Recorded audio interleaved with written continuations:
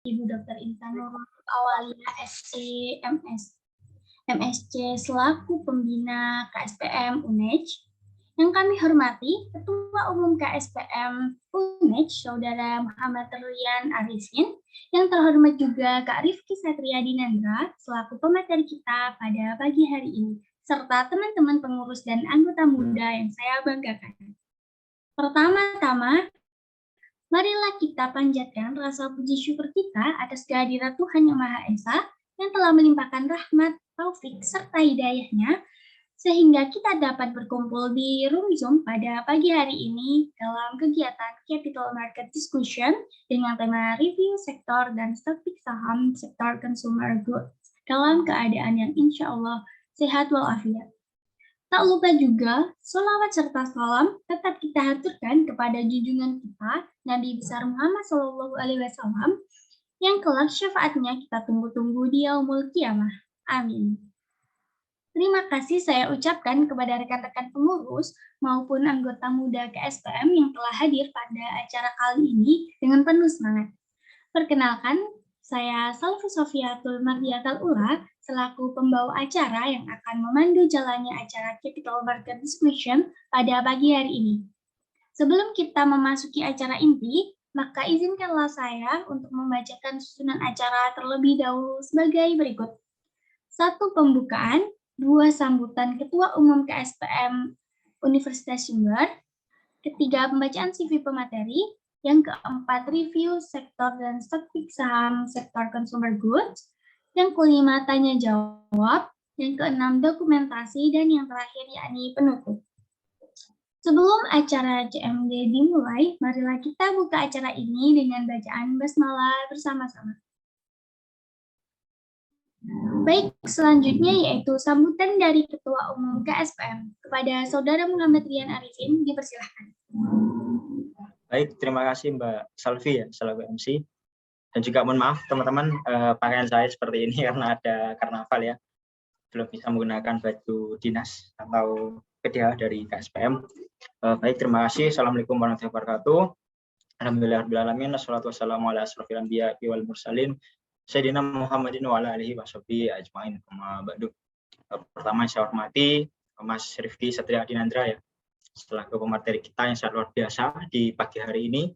Beliau adalah seorang equity analis dari Indo Premier Sekuritas ya. Selamat datang Mas Rifki. Dan juga yang saya hormati penanggung jawab ya program kerja Capital Market Discussion. Di sini ada 2 divisi, Rizky dan Adik, ada Mas Hardi dan Mas Irhas, serta juga seluruh rekan-rekan serta yang saya banggakan dalam hal ini anggota muda dan pengurus dari KSPM. Pertama-tama marilah kita panjatkan syukur kehadirat Allah SWT yang senantiasa memberikan kita rahmat dan nikmat yang tiada terhingga ya, sehingga pada pagi hari ini kita dapat bersama-sama mengikuti kegiatan CMD yang ketiga ya, seperti itu. Dan semoga juga kegiatan ini diridhoi dan dapat berjalan dengan lancar seperti itu. Dan juga salawat serta salam semoga tetap terlimpahkan kepada junjungan kita Nabi besar Muhammad SAW, dan semoga kita semua termasuk orang-orang yang mendapatkan syafaatnya di yaumul akhir. Amin ya rabbal alamin. Pertama saya ucapkan terima kasih pada panitia yang sudah menyiapkan acara ini dengan baik, dan juga saya ucapkan terima kasih kembali kepada seluruh peserta yang terlibat di pagi hari ini, sudah meluangkan waktunya ya, walaupun sekarang sudah masa-masanya kuliah lagi aktif lagi, apalagi sudah kuliah offline ya, luring, semua sudah beraktivitas di kampus. Jadi mungkin untuk kegiatan online sedikit terganggu juga karena sudah tidak bisa disambi. Kalau dulu online masih bisa 2 device dan sebagainya, kalau sekarang sudah tidak memungkinkan seperti itu ya. Jadi terkait CMD ya, kalau kita lihat di pamflet, temanya adalah terkait review sektor ya, dan juga topik saham sektor consumer goods seperti itu. Nah sebenarnya kalau kita berbicara ini ya terkait sektor yang ada di pasar modal yang dulunya 9 ya, 9 sektor sekarang sudah menjadi 12 sektor seperti itu. Artinya sudah terperinci lagi seperti itu. Kalau dulu kan consumer goods, sekarang ada consumer cyclical, ada non cyclical seperti itu. Kalau sekarang ya. Jadi mungkin harapannya dengan adanya ini pengelompokannya lebih terperinci lagi. Artinya kita sebagai investor dalam menganalisa nantinya lebih mudah, lebih relevan lagi, dan mudah menyusun strategi seperti itu ya, karena sudah ada pengelompokan secara khusus seperti itu ya. Dan juga terkait fenomena hari ini di mana ada kenaikan BBM ya teman-teman ya.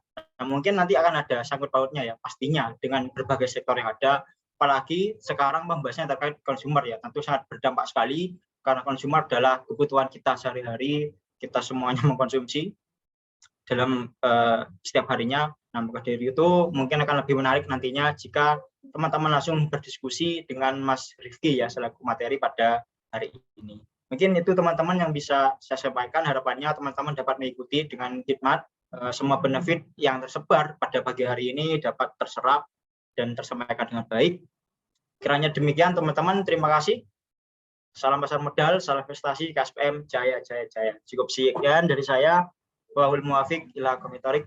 Wassalamualaikum warahmatullahi wabarakatuh. Monggo, Pak MC. Terima kasih diucapkan. Langsung saja memasuki acara selanjutnya, yaitu pembacaan CV dari materi kita pada hari ini. Kepada panitia yang bertugas, dimohon untuk membantu share screen.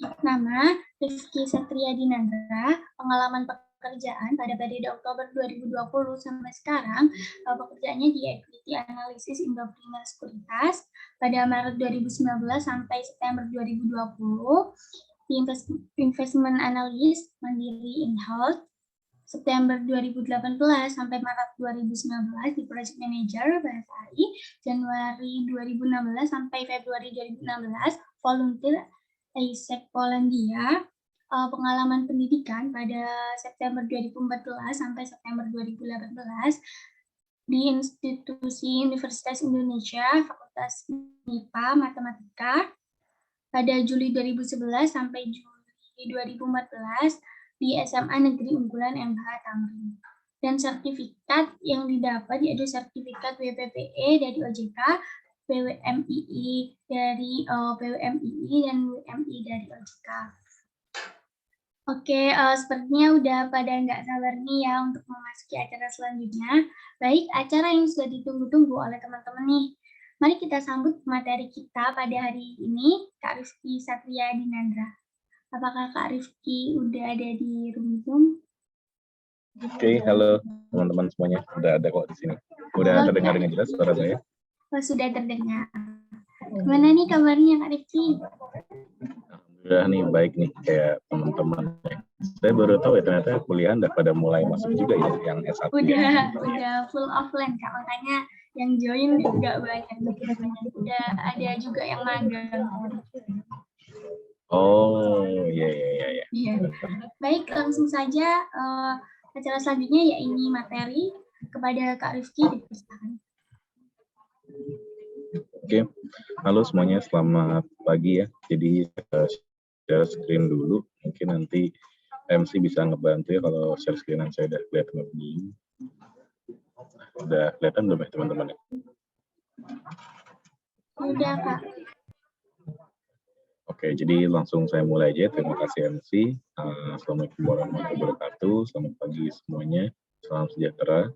Jadi saya hari ini mendapat tugas dari IPOT Malang nih ya, dari Mbak Nabila. Kalau teman-teman dari GIB UNEX nih pengen belajar tentang sektor consumer goods gitu ya. Pengen tahu sebenarnya sektor consumer goods itu gimana, dan semoga nanti di presentasi ini saya akan ngebahas banyak sih gimana sih cara teman-teman melihat atau memandang suatu saham, itu gimana sih cara menganalisnya dari awal. Nanti saya akan mengajari dari situ.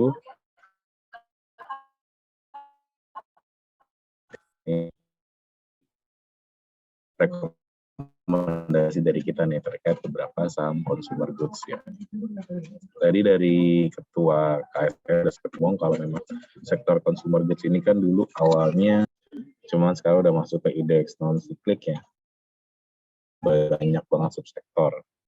Ya, jadi kayak subsektor plantation sawit itu ada di situ, terus subsektor consumer goods ada di situ, pokoknya banyak lah di situ ya. Hari ini kita khusus bahas itu ya sektor consumer goods aja ya. Nah, jadi sebelum kita memulai dalam menganalisa suatu saham, ini ada 4 poin penting sebenarnya yang kayak kita pengen tahu. Pertama, kita harus tahu dulu nih market share dari perusahaan itu ya. Nah, ini dari market share ini biasanya kita dapat 3. Siapa aja sih pemain di industri tersebut? Terus gimana nih perbandingan dari total penjualannya sama perusahaan lain?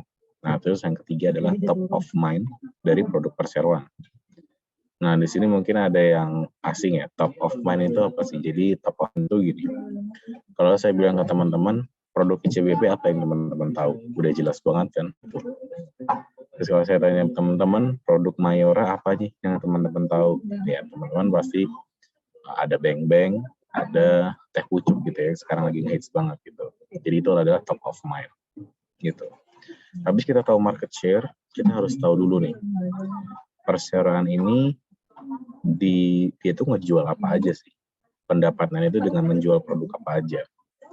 Nah, ini karena sektor konsumer di Indonesia itu ini ya nggak semuanya makanan. Nah, nanti kita akan tahu nih ada beberapa perseroan yang memang lini bisnis konsumer itu semuanya dari makanan, minuman sampai kebutuhan rumah tangga ya kayak sabun dan lain-lain. Tapi ada juga yang sektor konsumer fokusnya cuma ke makanan dan minuman. Nanti kita bisa lihat di situ. Lalu beban perseroan. Nah, ini yang paling efek ya dari sektor konsumer ini sebenarnya kalau teman-teman gali lebih dalam itu secara laporan keuangan ya. Ini teman-teman di sini saya nggak tahu nih di sini apakah backgroundnya semuanya ekonomi atau akuntansi atau ada yang nggak ekonomi akuntansi nih. Ya, kalau teman-teman yang ekonomi akuntansi biasanya paham ya. Di laporan keuangan itu ada yang namanya revenue penjualan itu nanti akan dikurangin sama COGS, terus beban operasi dan lain-lain gitu ya. Nah, kalau untuk sektor konsumer ini biasanya yang paling berpengaruh itu ada COGS ya. COGS itu beban produksi dia apa aja. Nah, makanya kita sebagai analis penting juga untuk bisa memproyeksikan kira-kira gimana nih beban perseroan akan nambah tinggi apa enggak gitu. Nah, terus yang terakhir setelah kita udah tahu semuanya nih industri posisinya di mana di market share-nya, terus dia jualan apa aja, terus indikator bebannya dia apa aja, kita mau tahu mana sih yang paling bagus gitu ya secara kinerja. Nah, itu bisa dilihat dari profitabilitas atau dari inventory management-nya. Kurang lebih gitu ya akan kita bahas. Nah, pertama kita akan tahu dulu sebenarnya market share di perusahaan konsumer itu gimana sih? Ya, lingkungannya itu gimana? Nah, jadi kita akan lihat dulu sektornya. Jadi sektor konsumer ini masuk ke indeks non-cyclic ya. Nah, ini berdasarkan update bulan Juni ya. Ini dari indeks statistik. Kalau teman-teman mau dapat tuh ada di sana datanya. Sektor konsumer itu sekitar 12% ya, 12,8% dari IHSG. Besar. Cuman ya masih jauh banget ya sama finance karena finance itu 34%. Gitu ya, bisa dibilang sih kalau sektor konsumer tuh kedua terbesar setelah finance. Dan subsektor di indeks non-cyclic itu ada 4. Yang pertama adalah rokok, consumer, CPO, sama poultry ya. Nah, ini akan kita bahas yang hanya consumer. Nah, itu siapa aja nih pemain-pemain di sektor consumer goods? Nah, ini mungkin teman-teman ada beberapa yang agak asing gitu ya. Cuman ini yang menurut saya lumayan besar ya dengan produk ternama gitu yang listing di bursa. Jadi nggak yang ecek-ecek lah. Itu ada Unilever, Kino, ya, Mayora, Indofood, Indofood CBP, Garuda Food, Putrajaya, Cimory, sama Campina ya. Jadi ini adalah sektor-sektor consumer goods yang lumayan besar dan produknya di mana-mana. Gitu. Oke, nah ini nanti akan kita bahas kira-kira kita pengen tahu nih dari semua perusahaan ini mana sih yang paling besar market share di Indonesia ya? Siapa yang paling leading? Ya. Nah, ternyata pas saya compile datanya, saya lihat dari data 2021 ya laporan keuangan mereka satu-satu penjualan itu terbesar dari ICBP ya, teman-teman ya. Jadi tadi untuk Indofood sendiri saya take out. Kenapa? Karena kalau saya naruh ICBP, naruh Indofood, pasti nanti Indofood paling besar ya. Karena kan ICBP sendiri kan anak Indofood ya. Jadi agak nggak adil nanti. Jadi di sini Indofood saya take out, saya ambil ICBP-nya aja. Di Indonesia itu kebanyakan orang Indonesia kalau belanja produknya produk ICBP ya. Itu Mereka 56,8 triliun kemarin penjualannya. Lalu Unilever 39,55 triliun dan Mayora ya. Jadi memang Mayora ini sebenarnya kita mungkin agak ngerasa kaget ya, kok bisa Mayora gede banget. Ya, tapi ternyata Mayora itu ada di mana-mana ya, dari teh pucuk, teh mineral dan lain-lain itu punya Mayora. Dan Mayora 27,9 triliun kemarin ya untuk penjualnya sendiri. Itu, dan terakhir dilanjutkan oleh beberapa sektor consumer goods yang menurut saya industrinya cukup niche ya. Jadi produk yang mereka jual itu agak berbeda. Itu ada Good Garuda Food ya. Ini terkenal dengan kacang-kacangannya mereka. Lalu Ultra Jaya dan Cimory. Nah, ini dua-duanya sebenarnya lebih ke dairy ya. Jadi jualan susu dan lain-lain si Cimory. Dan ada Kino. Nah, ini kalau teman-teman di sini ada yang sering pakai vitamin rambut dan lain-lain, nah itu produknya Kino biasanya. Ya. Jadi kalau bisa dilihat teman-teman, sebenarnya konsumer ini, kenapa namanya konsumer? Karena produk itu ada di sekitar kita ya setiap hari ya. Dari makanan, minuman, habis itu sabun, vitamin rambut, susu, dan lain-lain itu ada di sini semua.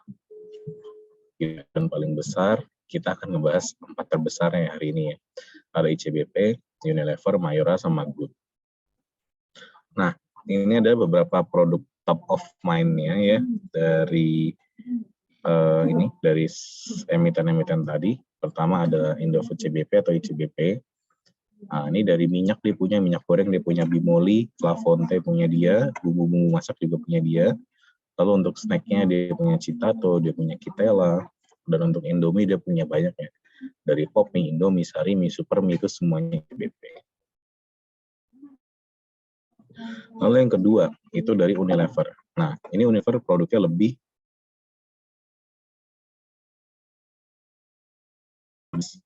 ini ya, kebutuhan harian kayak sabun, Sunlight, gitu ya, Wipol, Fixal, itu semua punya.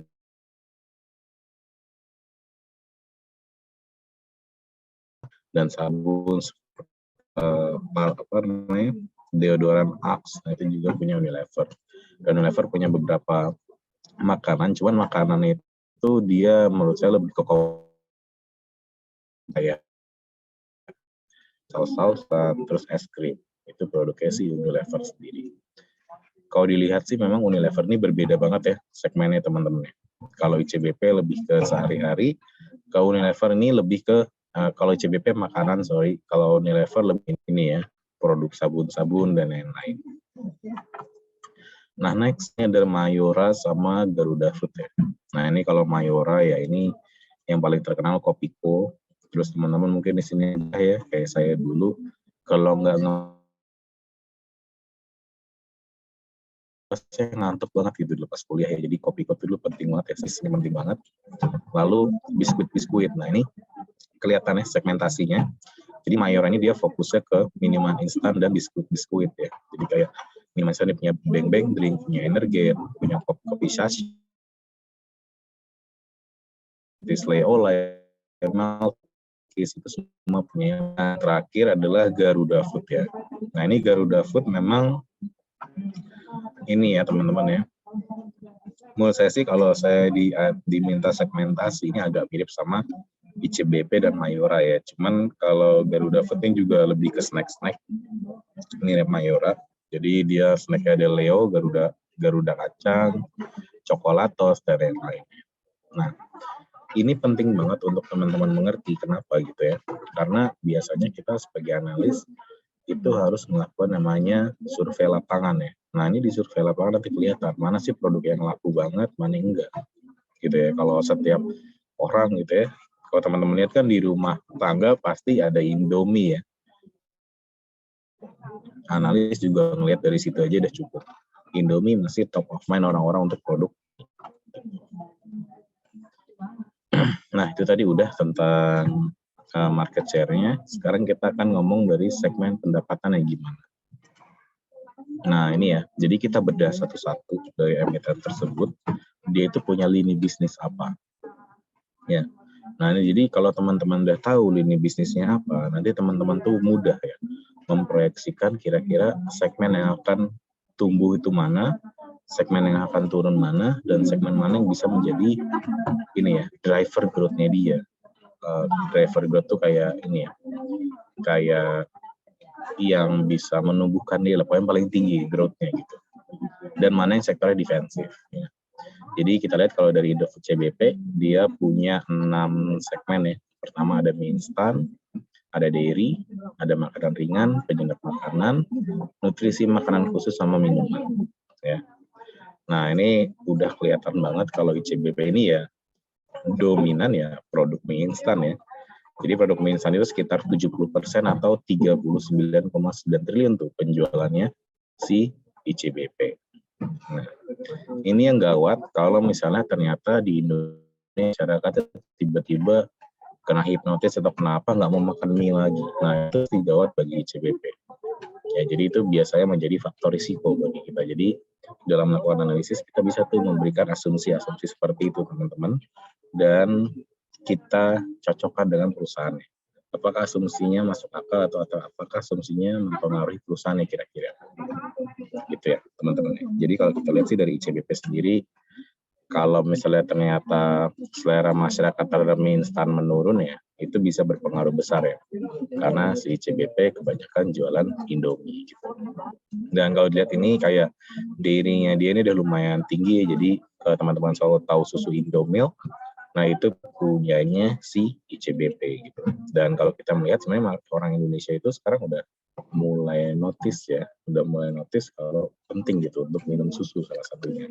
Jadi ini bisa menjadi salah satu driver growth-nya untuk si ICBP dan belum lagi sekarang udah banyak ini ya teman-teman ya kafe-kafe yang jual kopi susu di mana-mana. Nah itu pasti kopi susu kan butuh susu juga.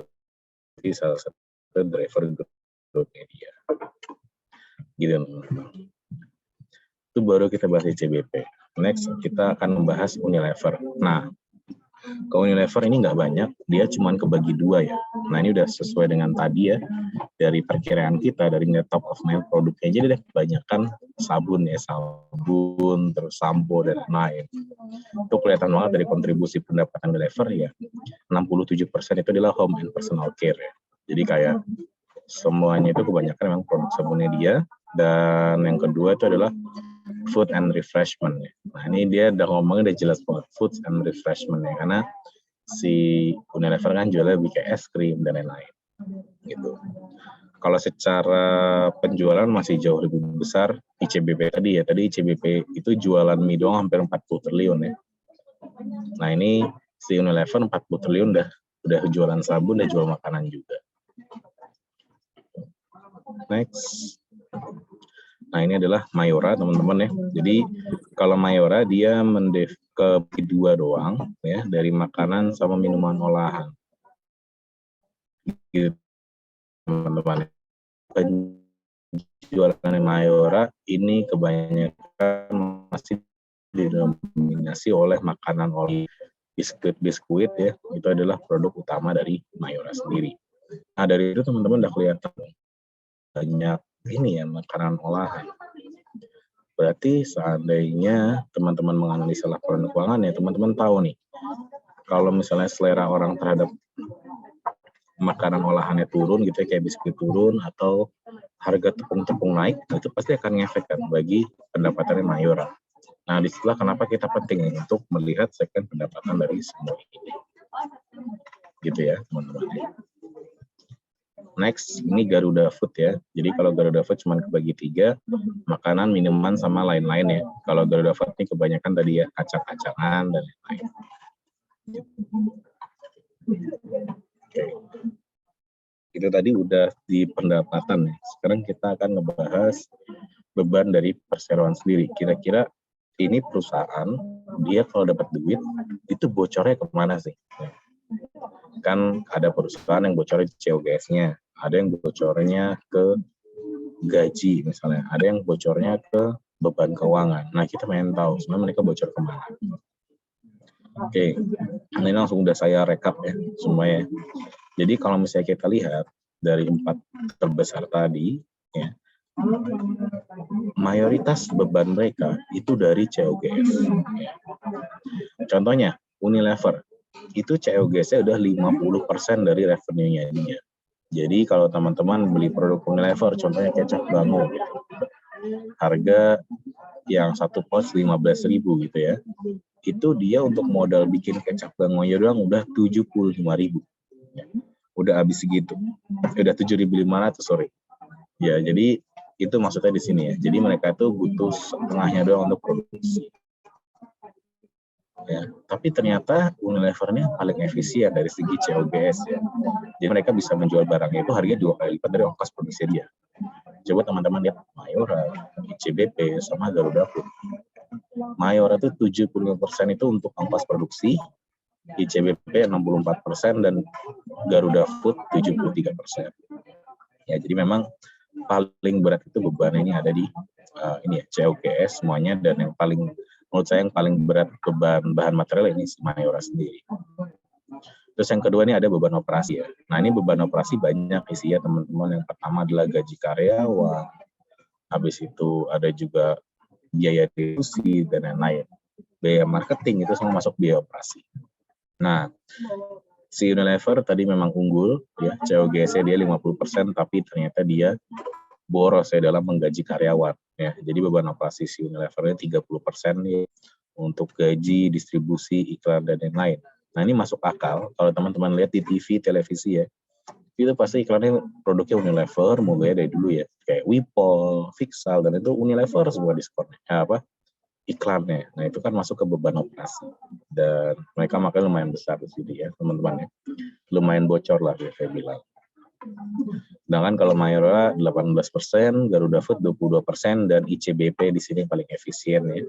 Jadi ini ICBP sebenarnya memang kalau dari marketing ya, dia yang penting tuh mempertahankan eksistensi produknya aja mungkin ya dari situ, karena orang-orang udah kenal banget produk-produk ini paling bagus ICBP, paling enak gitu.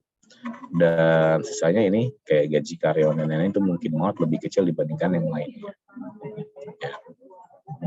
Nah, dan terakhir adalah beban keuangan.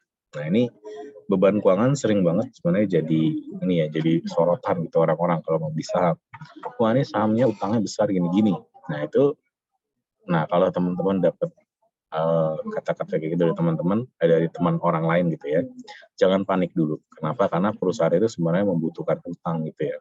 Untuk apa? Untuk bisa berkembang lebih jauh lagi gitu ya. Jadi kan kalau dia mau bikin pabrik, nggak ada duitnya, dia harus berhutang. Contohnya kayak gitu. Yang nggak bagus itu adalah perusahaan yang dia berhutang terus, ya, tapi nggak ada penambahan revenue dari hasil hutang, itu yang nggak bagus. Nah, ini memang kalau teman-teman lihat dari semuanya paling besar beban keuangan dari ICBP ya. Karena kemarin itu si ICBP itu kan ini ya, ngambil Pine Hill, nah itu otomatis akan mengambil banyak utang dan dia harus bayar bunga utangnya pas akuisisi Pine Hill sendiri. Jadi masuk akal, cuman menurut saya si ICBP ini masih ini ya, alasan dia untuk membuat hutang baru itu masih terjustifikasi ya, gitu, biar bisa berkembang lebih besar. Karena Pine Hill itu teman-teman itu besar banget di daerah Afrika dan Timur Tengah ya, jadi distribusi Indomie itu via Pine Hill semua. Kalau dia bisa akuisisi Pine Hill, ya dia akan lebih ini ya, keuntungan mereka untuk menjual mie di daerah Timur Tengah dan Afrika itu bisa lebih besar gitu. Nah, Mas Rifki, beban di COGS sama operasi itu ada apa aja sih? Nah, ini contohnya ya. Kalau perusahaan yang makanan, ini biasanya ya COGS entah dari bahan bakunya ya, kayak coklat, tepungan, dan gula. Nah, ini menjadi salah satu COGS dia untuk bahan makanan. Cuman kalau misalnya dia bikin cuci rumah tangga dan lain-lain, nah itu kebanyakan dia ngambil dari turunan minyak ya. Itu bisa dari turunan CPO atau turunan dari minyak ini ya, minyak mentah gitu. Jadi COGS-nya lebih ke situ. Nah, sedangkan kalau untuk beban operasi itu ada apa aja? Nah, ini beban operasi pertama itu biasa advertising ya. Advertising, habis itu research and development itu juga masih beban operasi. Lalu ada gaji, dan terakhir adalah pengiriman atau distribusi. Nah, dari sini teman-teman bisa ngeliat ya, nanti seandainya harga BBM naik lagi gitu ya, pasti nanti akan ada pembengkakan biaya distribusi ya. Jadi kemungkinan beban operasi saham-saham konsumer ini juga akan naik gitu teman-teman ya. Jadi dari sini aja teman-teman udah tahu nih, kira-kira nanti dampaknya gimana ke perusahaan konsumer kalau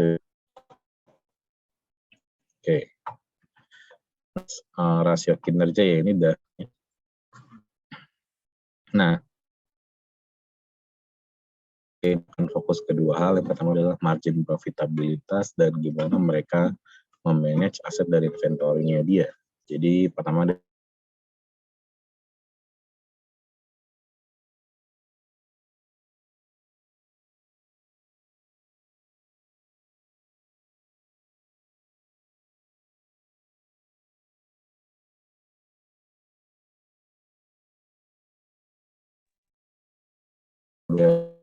bikin yang murah, mereka tetap beli gitu ya. Jadi nggak masalah di situ. Nah ini kalau untuk margin laba bruto, ya.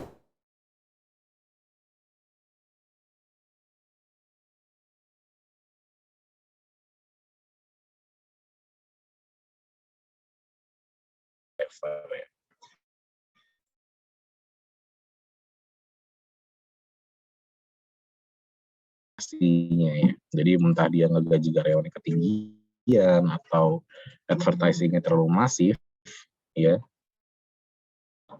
kecil, cuma 19% lebih rendah dibandingkan ICBP. ICBP 21%. Dan yang terpenting di antara semua margin adalah margin laba bersih ya. Jadi margin laba bersih ini lebih kayak seberapa besar ini ya jualan itu kita dapat berapa persen. Bisa dia berhasil jual ya. Kalau 14% berarti kita dapat 140 perak dari setiap penjualan distribusi. Unilever kembali unggul karena tadi ICBP kan beban keuangannya lumayan ya teman-temannya sampai 3% tadi. Gitu. Jadi dari margin laba bersih paling profit adalah si Unilever ya, dari situ. Oke. Next. Nah, ini dari inventory management. Jadi ini ada inventory turnover sama day sales inventory ya. Jadi kalau inventory turnover itu lebih ngelihat dia itu dalam setahun bisa ngejual barang di inventory itu berapa kali ya. Jadi kayak kapasitas penuh itu keluar masuknya berapa kali. Ternyata dia bisa, si Unilever ini paling mantap, dia bisa produksi sampai 8 kali ya. Setahun bisa 8 batch gitu ya. Dan dilanjutkan Mayora, Good, dan yang terakhir malah si ICBP ini.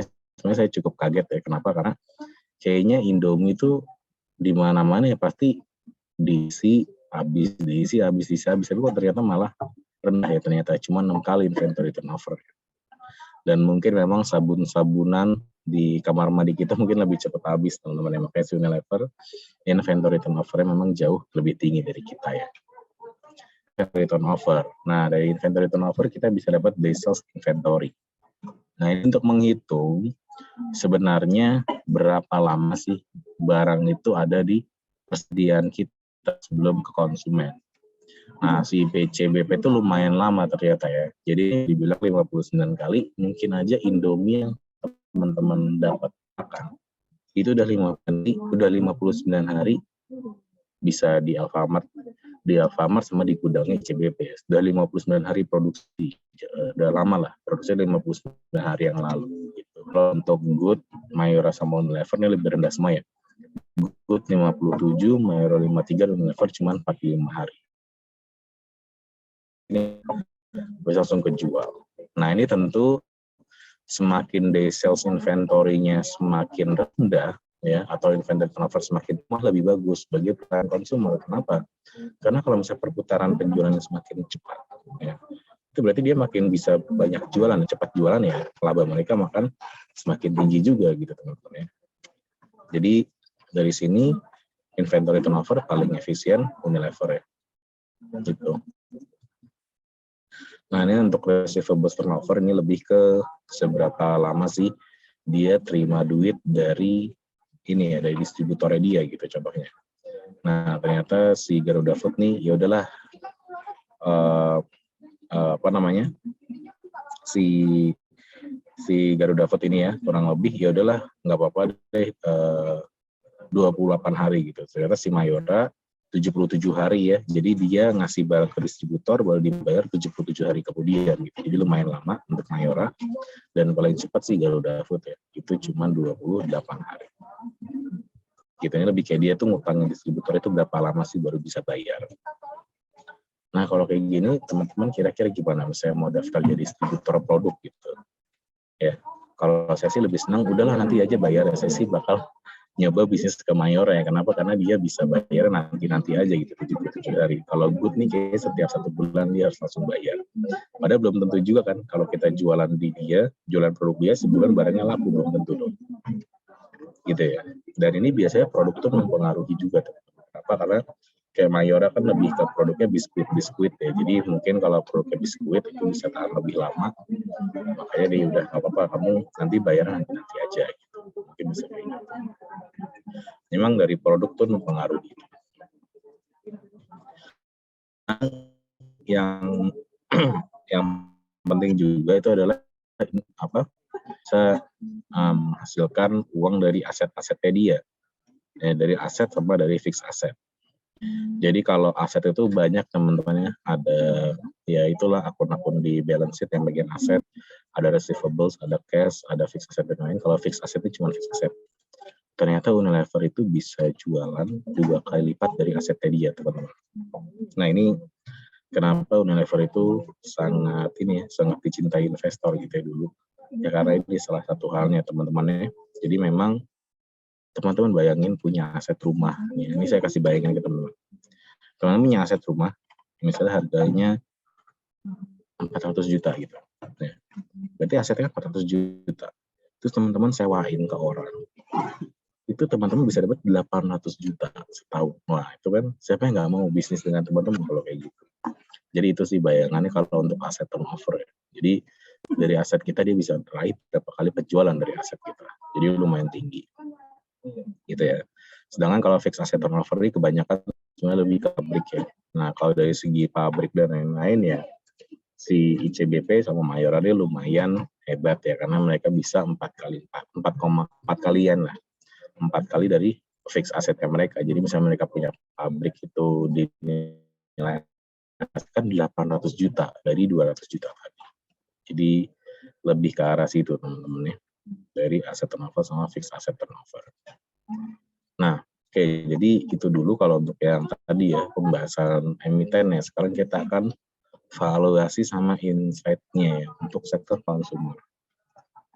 Nah, jadi sekarang kalau untuk sektor konsumer sebenarnya lagi lumayan oke, teman-teman, udah mulai mau pick up, udah mulai mau naik lagi. Kenapa? Karena tadi kan teman-teman tahu, konsumer itu bebannya paling besar di COGS ya.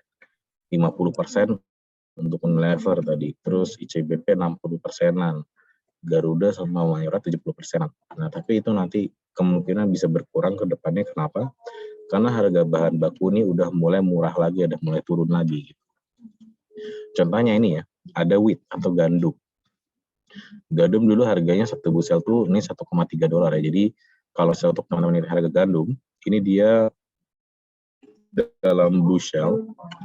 Jadi ini dalam sen ya. Jadi, kalau teman-teman lihat 800, ini berarti $0,8 sebenarnya. Ya, jadi gandum itu pernah 1 bushel sekitar $1,3. Sekarang udah turun ke $0,8 harganya ya. Dari bulan Mei kemarin.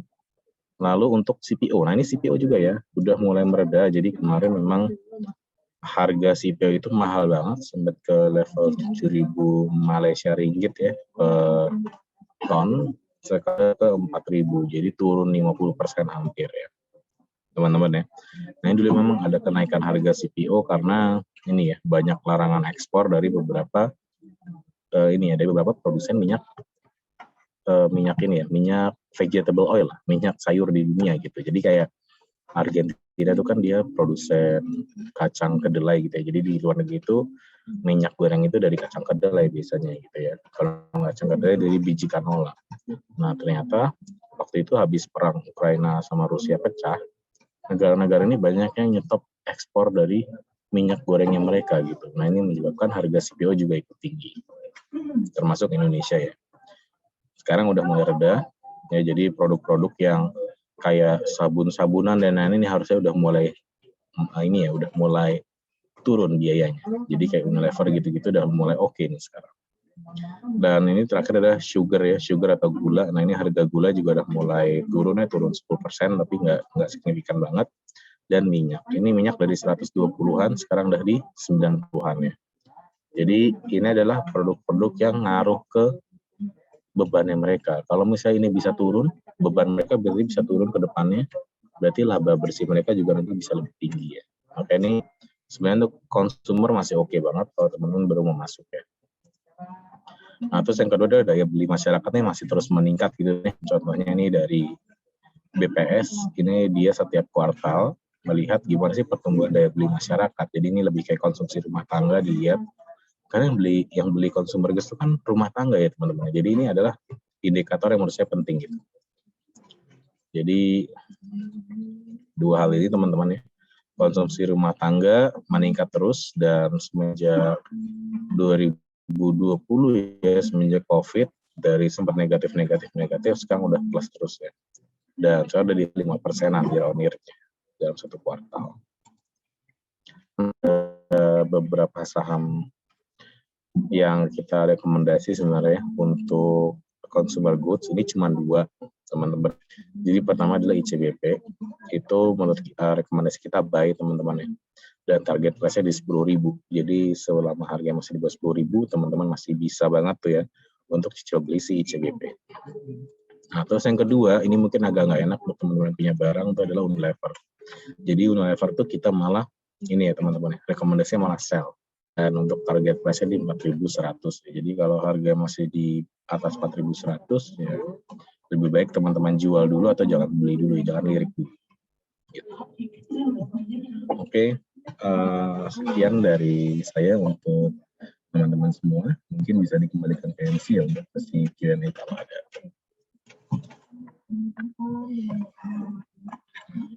Baik, terima kasih diucapkan kepada Kak Rifki.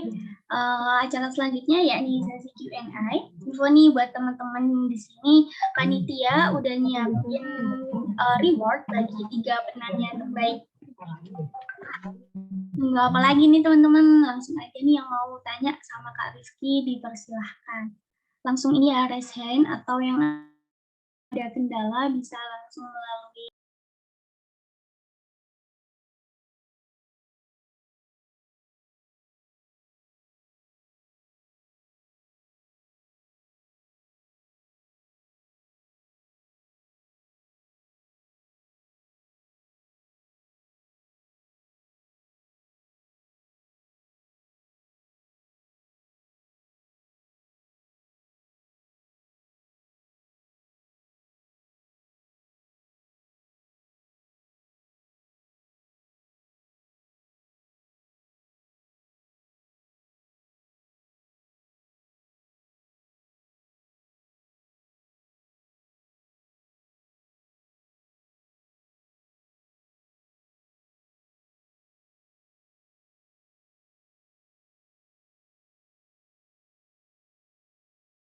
Kalau misalnya nggak ada pertanyaan, mungkin pada lagi ini juga ya, nyambi kuliah juga ada offline juga.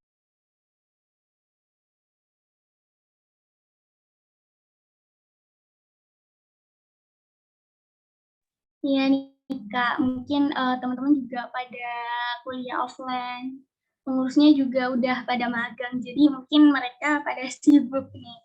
Langsung aja ya Kak, mungkin jadi kesimpulannya yang saya tangkap yaitu jadi sektor consumer goods merupakan sektor yang produknya bisa dilihat sehari-hari atau digunakan sehari-hari dan sering menjadi top of mind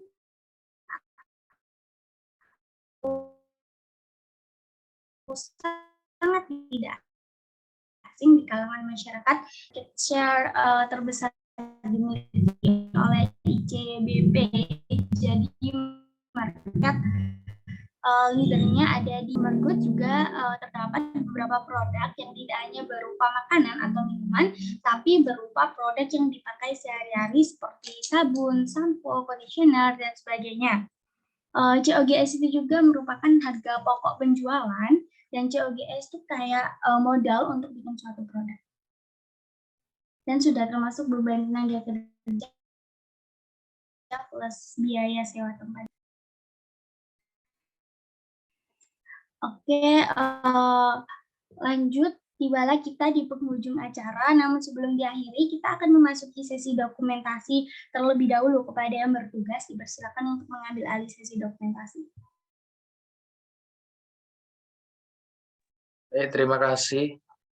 Mungkin untuk teman-teman di sini yang belum on cam bisa minta tolong on cam ya.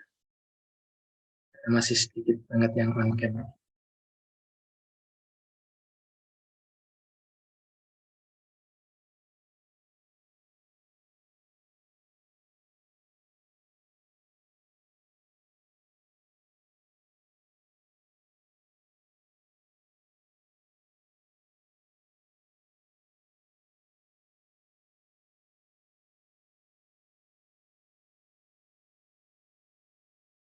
Oke, langsung aku mulai aja ya, karena di sini ada 2 slide. Yang slide pertama, 1, 2, 3. Slide yang kedua, 1, 2, 3.